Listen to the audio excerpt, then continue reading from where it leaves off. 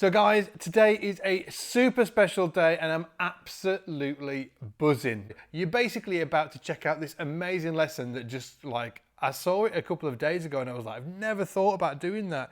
Why have I not thought about doing that? And just started experimenting with it. And ever since then, I've just been on this kind of, so I want to show you guys this lesson as well. But just to give you a bit of a backstory, the lesson you're about to watch is with Rich Brown, who is one of the best bass players on the planet.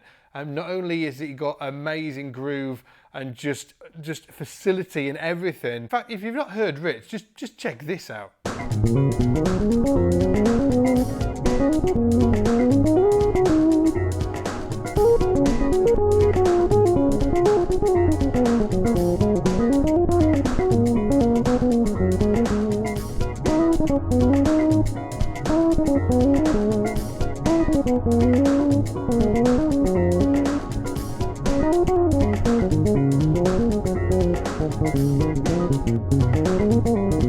So that little clip was from the course that we've just released inside Scott's Bass Lessons. If you want to check out the course, click the link below. It'll take you through to the course so you can check it all out and find out more details about it.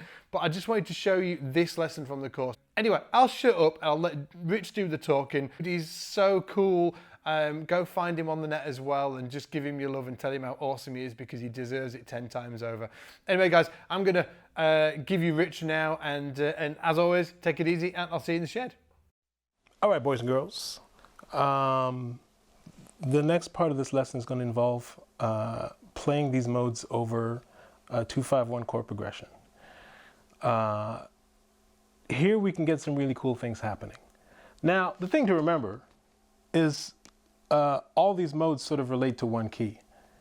And since the 2-5-1 chord progression still sort of relates to one key, I mean, you could really just play, you know, if you're in the key of C major and playing like D minor 7 to G7 to C major 7, you can just play C major all the way through that. That'll be fine.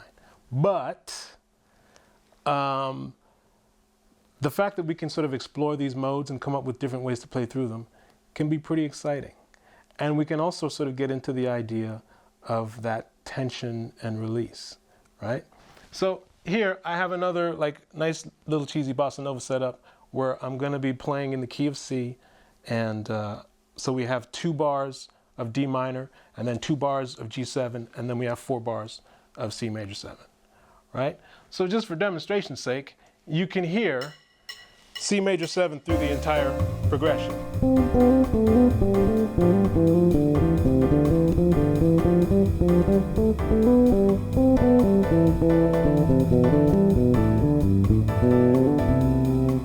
So that's just C major, right? So obviously all the modes of C major are going to work. If you just want to stay on one mode, you can just play and just stay on the one mode of C major for the entire progression. That's all well and good, but if we want to create some more harmony here, we can really sort of utilize some of the other modes to our advantage. Here's a cool thing. The thing about this chord progression, we have the 2 chord where we can sort of state something that's kind of consonant. And then the 5 chord, on the 5 chord, it's like almost anything goes with that chord, because when you think of all of the scales that are sort of available to us on the 5, you have, obviously you have the Mixolydian scale, you have all the diminished scales, you have the altered scale. There's so much available to us. So it's almost like you can do no wrong. So we can use that to our advantage by taking different modes and then playing them just when we get to that 5 chord. So let's say I do that. Let's say I take one mode, right? And since we're starting on the D minor 7 chord, we'll play D Dorian. That's the corresponding mode. So we'll play D Dorian for the first thing, and then check this out. How about we play D Locrian on the 5 chord? Just to hear what that sounds like, just to add a little bit of tension to the mix. And then for the last chord, the C major 7 chord, we will play the second mode of C major, which is D Dorian. So see what's happening? We have D Dorian to D Locrian, and then back to D Dorian. So here we go, check this out. D Dorian on the 2 chord, D Locrian on the 5 chord, back to D Dorian on the 1 chord. Ready? Check it out.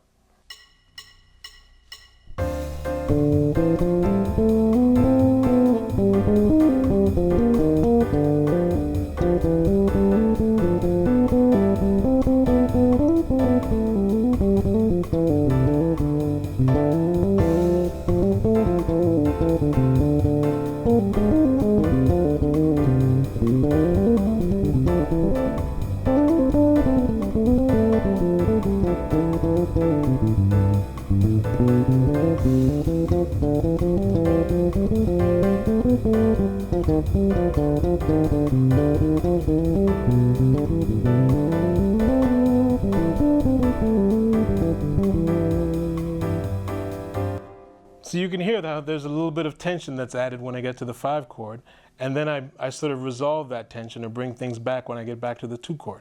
So I'm playing 2 different modes, but I'm starting those modes on the same tonic. Now, we can take that even a step further. Remember what I was saying before about loving the sound of the sharp 11 on the major 7 chord?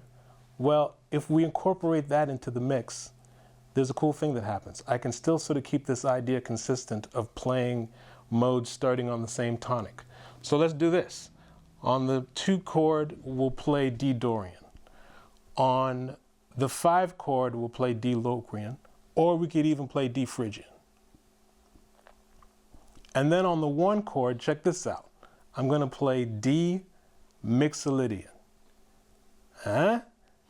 So, see what's happening here? I'm sort of building tension and making things interesting, but I'm also making things really super easy for myself, just playing 3 different modes starting on the same tonic, right? So check this out. This is a cool thing.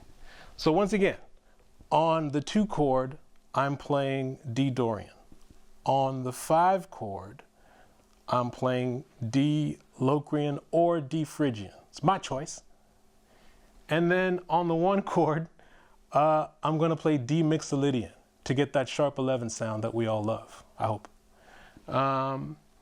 So check it out. It's kind of interesting. Here we go.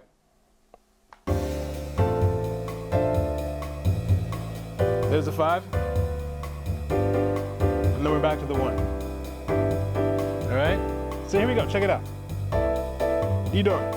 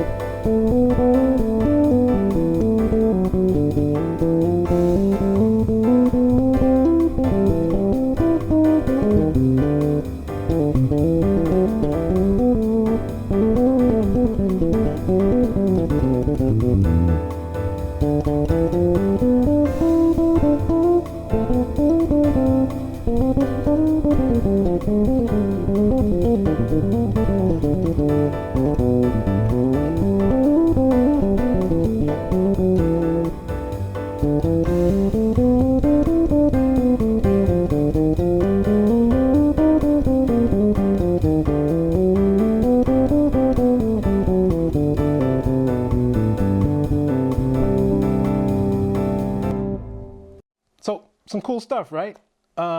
Basically, I'm taking a very simple idea of starting 3 different modes on 1 tonic to create different sort of levels of consonance and dissonance and tension and release. And that's just one way of doing this. Once you become more familiar with the modes on your own, then you can kind of analyze them and figure out ways where you can do the same thing, where you can sort of add different points of tension and different points of sort of consonance or release in almost any tune. That's the beauty of these scales. Like, there's so much available to you. There's so much information happening in these 7 notes as you move them down the neck. And I love that about these scales. So, you know, I would suggest that you take this idea, the stuff that we've been talking about, and work those and really become familiar with those to the point where you can come up with your own different sort of progressions on a 2-5-1 or on a full tune, like say Autumn Leaves or something like that. Because it does so much to build your vocabulary and make you a better player, which I hope that this course does. Peace.